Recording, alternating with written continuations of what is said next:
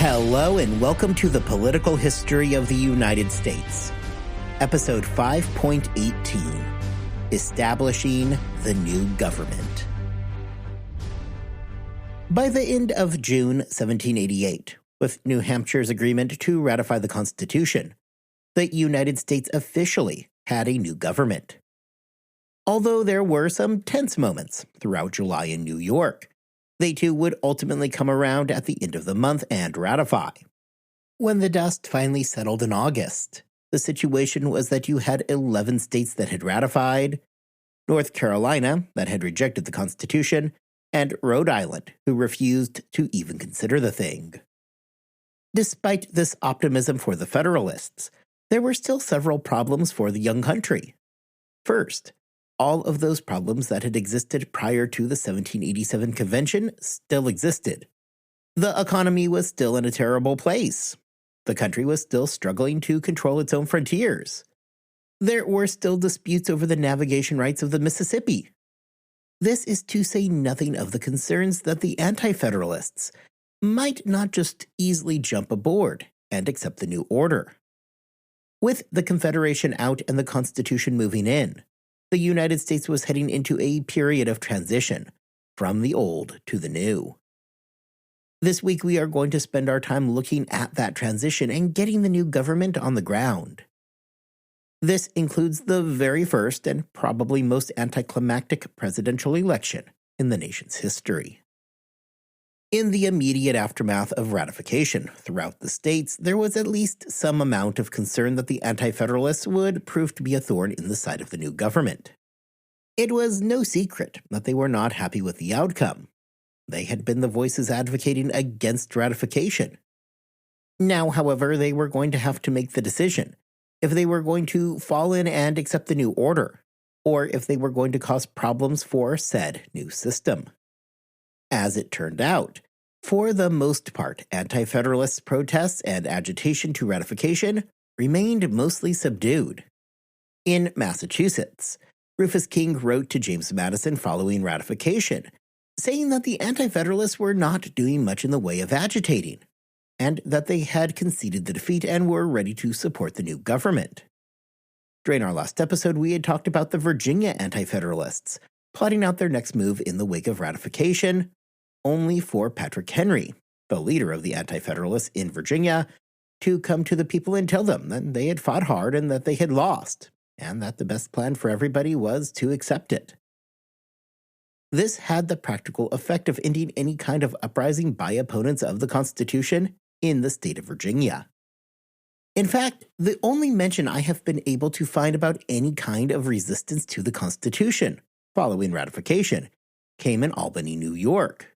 However, more than a public burning of the Constitution and the causing of some general chaos and mayhem, little else occurred. Largely, the reception of the new Constitution was jubilation. Even in New York, where there had been such a hard-fought battle to get the Constitution through the ratification process, celebrations took over. To be fair, many of the celebrations were in New York City itself, which had been the only real Federalist bastion in the entire state. However, beyond the events in Albany, there was little more than a whimper from the Anti-Federalists. There still did remain the issue of North Carolina and Rhode Island, an issue that was going to last into the spring of 1790. Although that means a bit of skipping ahead in the timeline, I think it would be best for us to go ahead now and talk about how those states would, and sorry for the spoilers, eventually find themselves as part of the United States. Now, even though there were those two holdout states, neither of them was critical enough that it would cause major problems for the new country when it came to actually implementing the new Constitution. Had one of the big states vetoed the new government, well then that would have probably been a pretty serious problem. However, they could survive without Rhode Island or North Carolina. Despite it being an unfortunate headache for everybody involved, it was far from being the end of the world. Following the failure of Rhode Island and North Carolina to ratify the Constitution, they entered into something of a strange position. It is, and was, of course, impossible to pretend that their existence and futures were not directly tied to the United States. However, they were now acting essentially as independent nations. They were not part of the Union and were now on the outside looking in.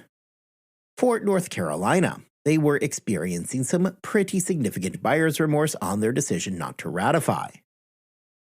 For many in the state, they viewed themselves as being a critical part of the country and very quickly started trying to make clear that they still supported the Union, even if they were on the outside looking in.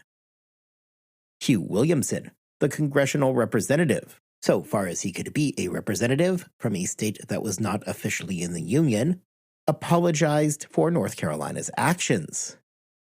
He pointed out that he was sure that once a Bill of Rights was adopted, North Carolina would be happy to join right back up and ratify the Constitution. Despite these promises that North Carolina still fully supported the United States, the new government planned to make abundantly clear that North Carolina, and for this sake, Rhode Island, were very much not part of the new Union. They would not be represented in any way in the new government. There would be no customs offices, treaties of the United States would not apply to them, and especially important for North Carolina, should they ever come under attack, the United States had absolutely no obligation to get involved. More than just passively ignoring Rhode Island and North Carolina, Congress was planning to make things as painful as possible for the two rogue states. The first move was to slap tariffs on both. If they were intent on masquerading as a foreign country, well, that was exactly how they were going to be treated. With respect to North Carolina, by the spring of 1789 there was already noticeably detrimental economic effects as a result of their failure to enter the Union. Somewhat ironically, especially for North Carolina, was that one of the downsides of being outside of the Union is that they would have no say over the proposed constitutional amendments in the Bill of Rights. Such a thing was to be decided by the states, which neither North Carolina nor Rhode Island were anymore. Making matters worse is that all of this economic strife did not excuse or relieve the two states from their economic burdens related to the Revolution itself. Simply put, the United States government was going to make very sure that for Rhode Island and North Carolina, their existence was going to be as painful as possible until they got with the program and joined the Union. These stresses would, in relatively short order, begin to push people in a direction more in line with their Federalist neighbors. By November 1788 in North Carolina, there existed a majority of Federalists, as a new convention was called to be held in Fayetteville the following year.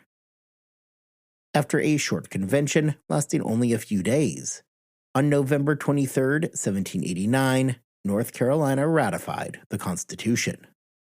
In Rhode Island, the process was much the same, if not a bit slower. Although they remained weary of government regulations coming from a national government, the merchants in Providence and Newport were absolutely feeling the economic pinch by the end of the 1780s. This was slowly, very slowly, helping to build support for ratification. The difference between Rhode Island and North Carolina is that whereas North Carolina quickly wavered and showed cracks in their resolve not to join the Union, Rhode Island was a bit more stubborn. Learning that they were going to be hit with tariffs, Rhode Island became downright defiant. Rather than buckling under, they fully intended to double down and do all that they could to undermine the United States Customs Service.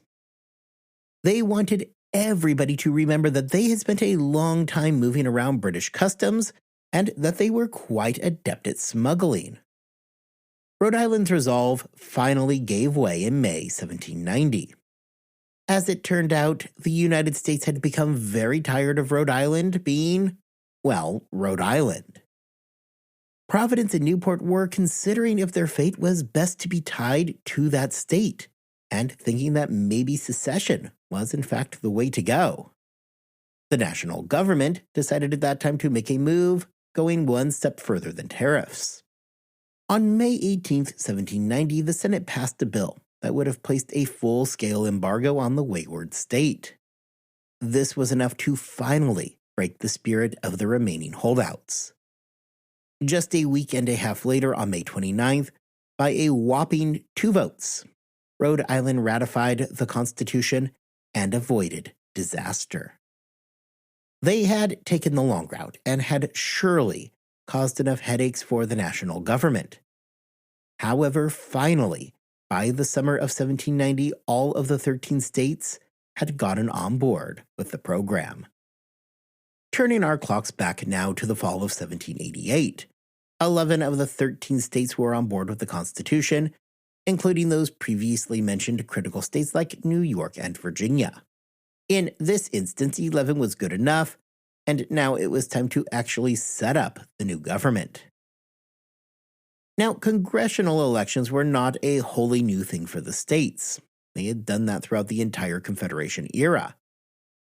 What was new, however, is that the office of the president needed to be established.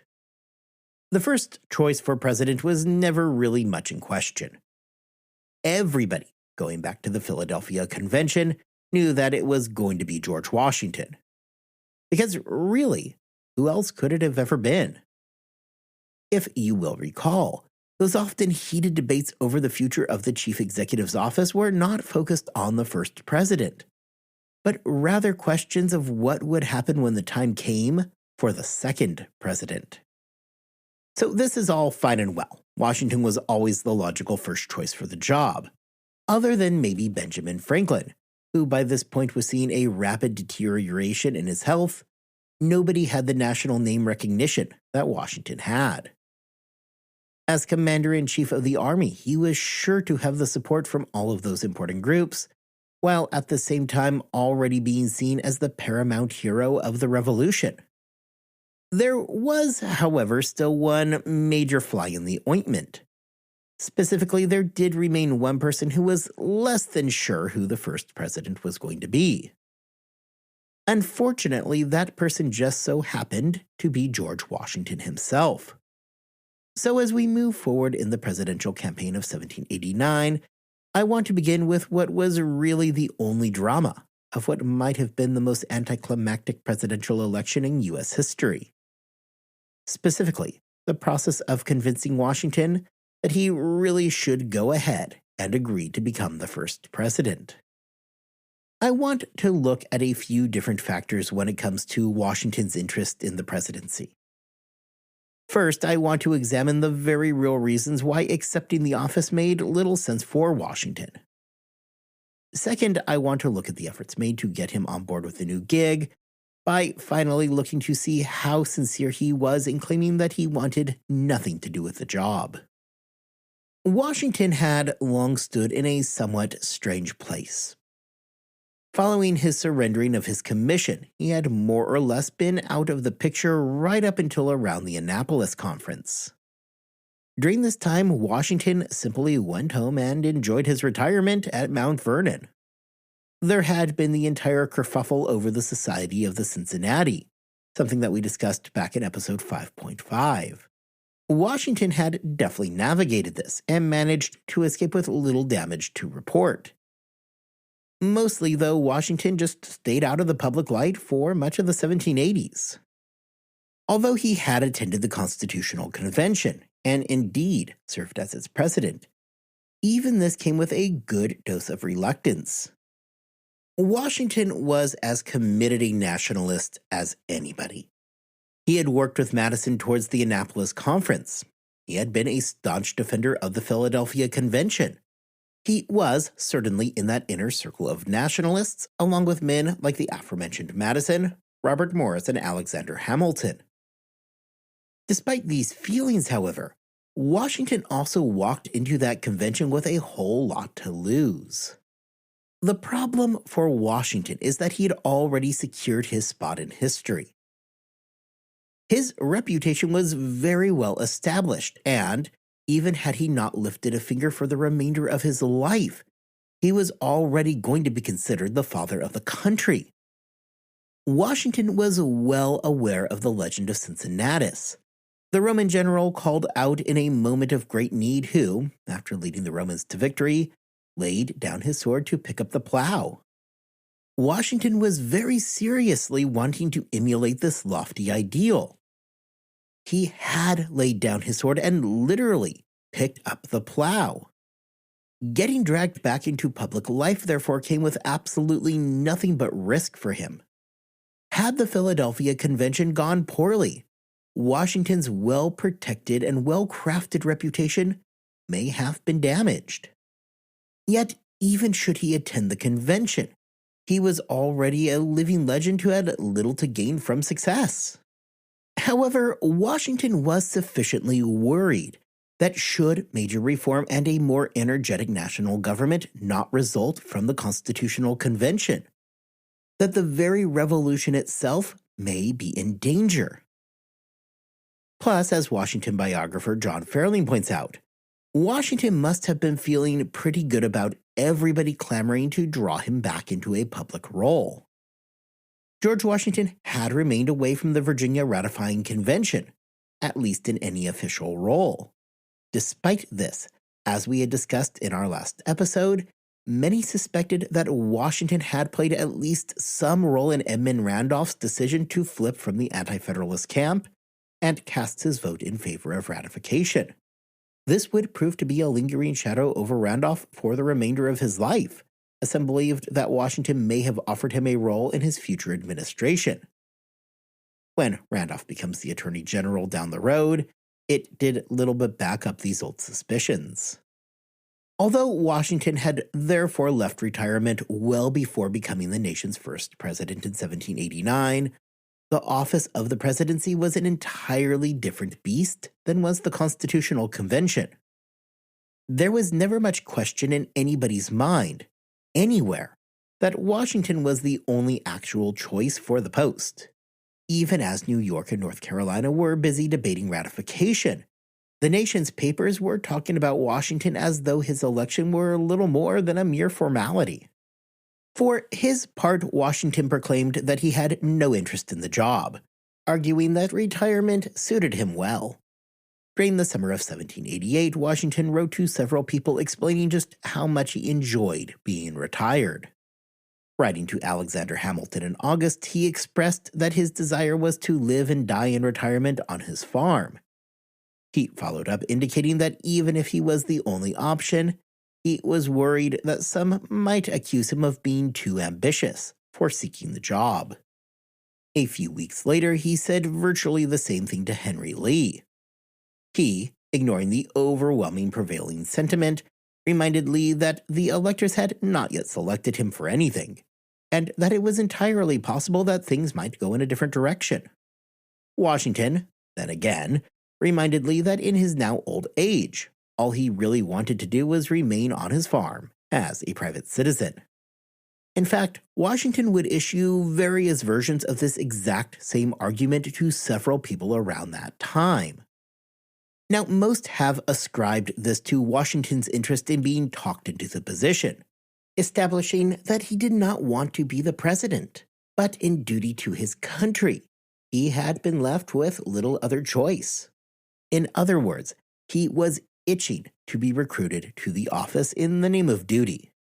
This would not be out of character for Washington either. We have seen examples of this exact thing from him in the past. Think back to those early days of the Second Continental Congress. Washington denied wanting the post of Commander-in-Chief of the Army. He wrote after his selection to Martha, explaining to her that he had done everything in his power to avoid the selection. Despite saying this, though, Washington did show up to the convention wearing his old French and Indian war uniform, which, does not really seem like the action of somebody who didn't want the job. Going back to historian John Fairley, he argues that it might not have been as much of an act as it appears to be at first glance. Fairley argues that Washington was always obsessed with earning recognition for his efforts, something that he had in an abundance following the Revolution. Washington had been, for much of his life, somewhat consumed with the idea that he was going to die young. In Washington's defense, these harbingers of doom were not totally unwarranted either. Both his father and 3 of his half-brothers died prior to their 50th birthday. Washington was now 56 years old, and was convinced that he was living on borrowed time. Fairlein likewise argues that Washington did genuinely worry about the risk to his reputation, from both that look of being power-hungry, which would accompany a return to public life, as well as the risk of failure within the office. Despite some legitimate misgivings, though, Washington was never actually going to say no. He just wanted to be sure that the process of getting him to say yes was going to include plenty of prodding and convincing. Washington did not court the presidency. No. The presidency courted George Washington. Ultimately, it would be Alexander Hamilton who said the words that Washington needed to hear. He wrote to Washington explaining to him that declining the service as president might well prove more detrimental to his reputation than any damage that would come from serving. Hamilton explained that his countrymen were calling him to action, and that he would be making a mistake by ignoring their calls. By the end of the year, Washington was more than happy to tell everybody and anybody that, although he certainly did not want to serve, and did so with an appropriate amount of apprehension, his arm had been sufficiently twisted. In the future, I imagine that we are going to spend much more time talking about elections, as they provide very significant insight into the political environment in the country. However, the election of 1788 was not that. In fact, it was without any real debate the most anticlimactic election in the nation's history. I suspect that, minus a major change in the nation's political situation, it will continue to always be the least dramatic election in American history. So long as Washington would actually accept the job, it was his. It was always his. Therefore, it should come as no surprise that when the Electoral College voted at the beginning of February 1790, Washington was unanimously chosen to be the president. Now, if you are wondering just how the electors for this first election were chosen, let's talk about that. In 5 states, it was the legislatures that picked the electors. Massachusetts ran with something of a hybrid, with some electors coming from a result of a popular vote, and others being appointed by the legislature. Virginia and Delaware had voting districts, with each district picking an elector. Maryland, New Hampshire, and Pennsylvania allowed for a statewide vote. If you're only counting 11 states, remember that 2 of the states were still on the outside looking in. If any drama did exist during this first election, then it existed at the role of the vice presidency. John Adams had been, for the last several years, serving in the role of the United States Minister to Great Britain, returning home during the summer of 1788, right in the middle of all the drama surrounding ratification. There is no question that as Adams returned that summer, he remained one of the single most powerful men in the country, and everybody knew it. If not quite in that inner circle occupied by Washington and Franklin, he was certainly in that broader inner circle, along with men like Jefferson, Hamilton, and Madison.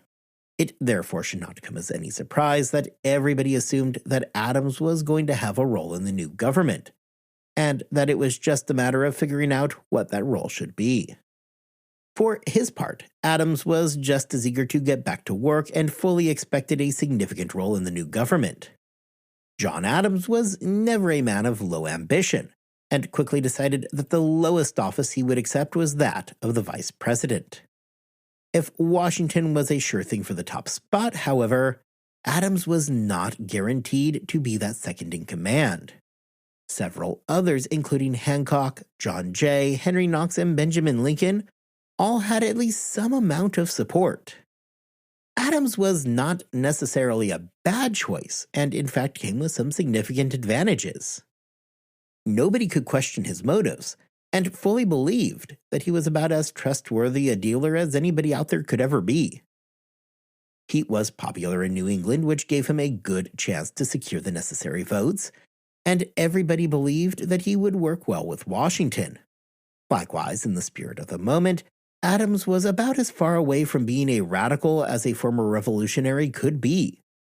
Nobody was ever going to accuse him of grasping desperately to the spirit of 1775.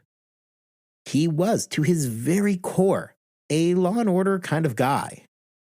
Throughout the summer and into the fall of 1788, Adams saw most of the opposition around him melt away, and increasingly he looked like a slam dunk for the spot. Unfortunately, his sudden surge of popularity began to pose its own problems. With Adams looking like he was going to steamroll his way into office, people began to get very worried that he might actually end up tying Washington in the Electoral College. Per the Constitution, every elector was to submit 2 votes. The leading vote-getter became the president, with the runner-up becoming the vice president. If the final tally was a tie, the vote would bounce into the House of Representatives, where they would ultimately decide the winner. With Adams quickly becoming a popular pick, there was now some risk of the election being decided by the House, an outcome that absolutely nobody wanted. To fix this problem, in stepped Alexander Hamilton. Hamilton understood the importance of appearances and certainly did not wish to see his old boss forced through the indignity of having his election thrown into the House. What Hamilton did, therefore, was begin the process of trying to peel away some of Adams' votes. John Adams was still going to be the first vice president. Hamilton was fine with that. He just did not want to see an unfortunate situation occur where Adams and Washington tied. It is not even as though Hamilton had any kind of a problem with Adams whatsoever. In fact, the two didn't even appear to know each other personally. At this stage, they only knew of the other's reputation. In reality, Hamilton openly supported Adams becoming the vice president. Although they did not know each other, Hamilton knew enough of Adams to know that he was going to do everything in his power to support the new Constitution. Adams had been in London right up until when Virginia was preparing to ratify the document. There was never any question, though, as to Adams' approval. Adams was a Northerner, which would help to balance out the Virginian, who was now going to be in the highest office. Finally, Hamilton recognized that Adams was unlikely to cause unnecessary headaches for the Washington administration. If there is a criticism to be had here for Hamilton, other than his blatant electioneering, it is the fact that in the case of Adams, he seems to have gone just a little bit too far. When the results of the first Electoral College came back, to nobody's surprise, Washington got all 69 electoral votes and was unanimously elected to the presidency. For Adams, however, the number of electoral votes cast for him was a far more paltry 34 votes. 1 vote less than securing a majority. Nobody really got terribly close to even matching Adams on the vote count. Those 35 other votes were split between 10 other people, with John Jay coming in third behind Washington and Adams with 9 votes.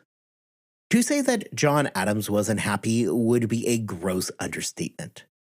For all of his accomplishments, John Adams was always an excessively arrogant man who could be quite sensitive to criticism at times.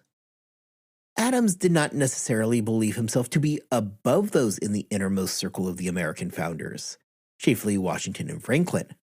However, he struggled to understand why he wasn't at least their equal.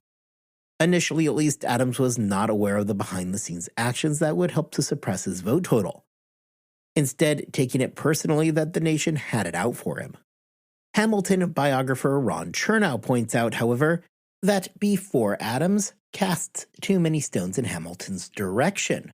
Alexander Hamilton only had approached a small handful of electors, just 7 or 8 of them. Therefore, he alone cannot be blamed for Adams' disappointments at the polls. Either way, though, Adams would end up blaming Hamilton in what would be the first, but not the last, time that the two men would butt heads, creating something of a generational grudge between the Adams family and Hamilton. Although Adams would make some overtures about refusing to serve as the vice president as a result of the low vote count, it was mostly all just for show. With that, the United States had its first ever president and vice president.